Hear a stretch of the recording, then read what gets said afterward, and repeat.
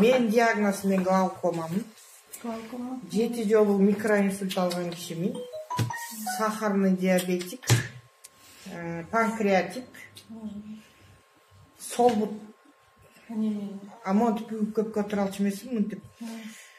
Так, ушу понедельниктен баштап ичип баштадым. Биринчи күнү ичип алып кыйын киши болуп офиске келгем бияка. Бияктан ичимди алды бир кезден кийин моңолордун баары талы ооруй баштады, кой кеттим деп кеттим үйгө. Эртеси 2 күн ушундай кыйналдым, өлүп кетем. Это называется синдром паршивости, потому что көп лечение алдым да мен. Эгер коскосо, значит, таасир этет деп любой дарыны айтышат го. Анан 2 күн жаттым, балдарым бар, алгин саялы бар, обезболивающий ичесиңби деп тегеректеп турушты. Жок, чыдап көрөйчү, чыдап турайлы. 2 күн уктаганда калчыдайм, бир кезде тердеп чыгам, бир кезде үшүп чыгам, бир кезде жапкыладайм, бир кезде ачкыладайм. Как климакс, да? Не знаю, климакс болуп кетти. Не, имеется в виду, да. Анан калчылдап өлө кыйналдым, бир кезде мо денемдин баары өлөйүн деди. Безгек болуп. Туалетке барайын десем, тапандап басып бардым ишенсеңиз. Анан улуу балам кыйкыра баштады. Бул деген мама каяктагын баштадың, мунун коского татпас больницага деди. Больница эмес, мен чыдайм, 2-3 күн чыдап көрөйүн, болбосо анан больницага алып баргыла дедим. Алар болсо көнгөндө оорусам эле барыптыр. Скорый менен көтөрүп барып жаткыса калып. Анткени жанагы любой ооруп атканда мен жанагы эптеп капельницага жетсем жаным калчудай болом да. Эптеп больницага жеткиси келем, ошо мага кап айтса эле жаным калат дей берем да. Анан кийин 2 күн кыйналдым да, анан кечөө 3 күн кыйналдым, калп айтпайм. Кечөө эртең турсам ясныймын. Мындай. Башым кастан. Ясный ум. Ясный ум, бүт бар сон болуп калды да. Түндө өлөйүн деп уктаптырмын.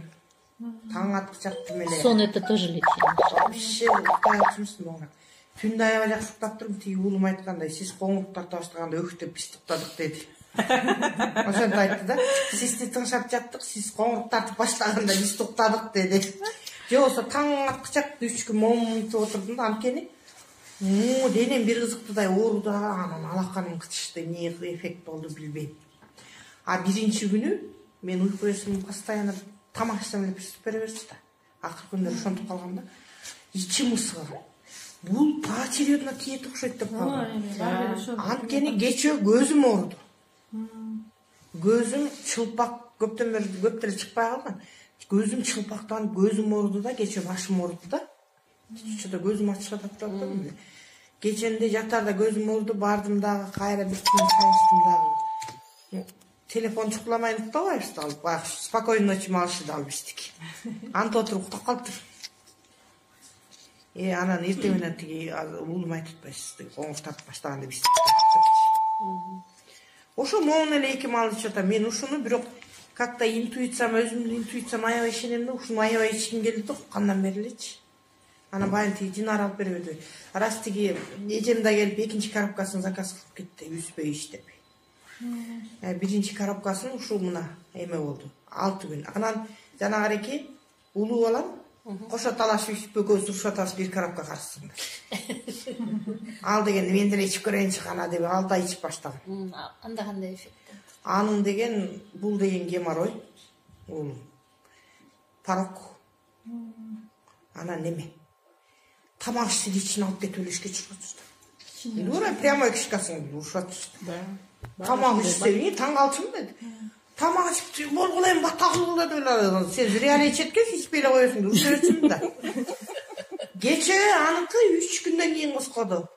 Кечөө ичим түйүлүп атат, мама эмне эле анын эмне кылам деп, бияктан чалбады мен отурганда. Эмне кылмаган, жылуураак жамып жат, мен кантип жаттым эле ошентип жат деп ушку. Анан кийин эртең менен айтат, мама баягыдай ичим курулдап шуулдабай оорубай калды. Жакшы экен, бул любой немеге. Анткени 3-чү күн дагы мен байкаганымчы, позвоночнигим ооруду. Менде грыжа бар эмеспи? Мен аны массаж менен түстөтүп коюп жүрөм да. Эжемдин кызы массаж жасайт, албакышка барып эле белим кармаганда эле жөнөйм дагы, ал массаж жасап берип эметет да. Чөтө могу грыжага да тийди окшойт деп ойлоп калдым, анткени белим ооруду. Анан могу позвоночниктерим ысып эле бирдеме болуп. Бул тийген жерлер ысыйт экен.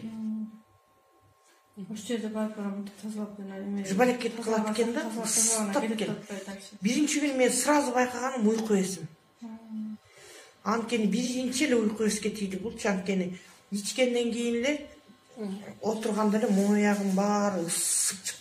Анан потом колумду деген сезчү эмесмин. Ишенсеңер, шишиктен. Борсой шишип калган колуң мынсаң Вот я и смотрю на нее. Надо было сфотографироваться. Анан айтат да потом тиги. Надо было сфотографироваться. Да? Кол мындай болчу, чын эле. Мондай шишик басып кеткен. Шишик экен көрүп эле турам. Суу иштешти, суудан оштер чанач болуп кеттим. Да бир балекет иштешти, да бир балекет. Анан менде деген женский полип операция жасашпайт, анткени гемоглобин низкий, сахар высокий. Сахарымды текшердим, сахар 22 болчу. Понедельникте да бир текшерип көрүшүм керек. Меники 19-дан 22-де кечейин менин наблюдением боюнча өткөн жылкы июльдан баштап түшө элек. Түшүрө албай коюшту. Экспресс барбы? Капайт этип, жок, ошо жок. Понедельникте ошо поликлиникага барып сахарымды текшерем, эгер ушул 2 неделе. Бирок эми бүгүн тим эле мен мындай чакчай элек, мына көрүп жүрөт го, мен офиске көрүп атпайсызбы, сүйрөлүп келип, жанымды койбой паспорттар жебешет, регистрация кылып тийбу болуп, үйдөн телефонду кармасам эле неберем талашат. Андан көрөк мне проще здесь посидеть, поработать, поговорить да. А үйдөн болсо эне деп эле телефонун талаша берет. Үйдө 6 телефон бар, 6 меникини талашат. Ошол сизге эмне бар экен,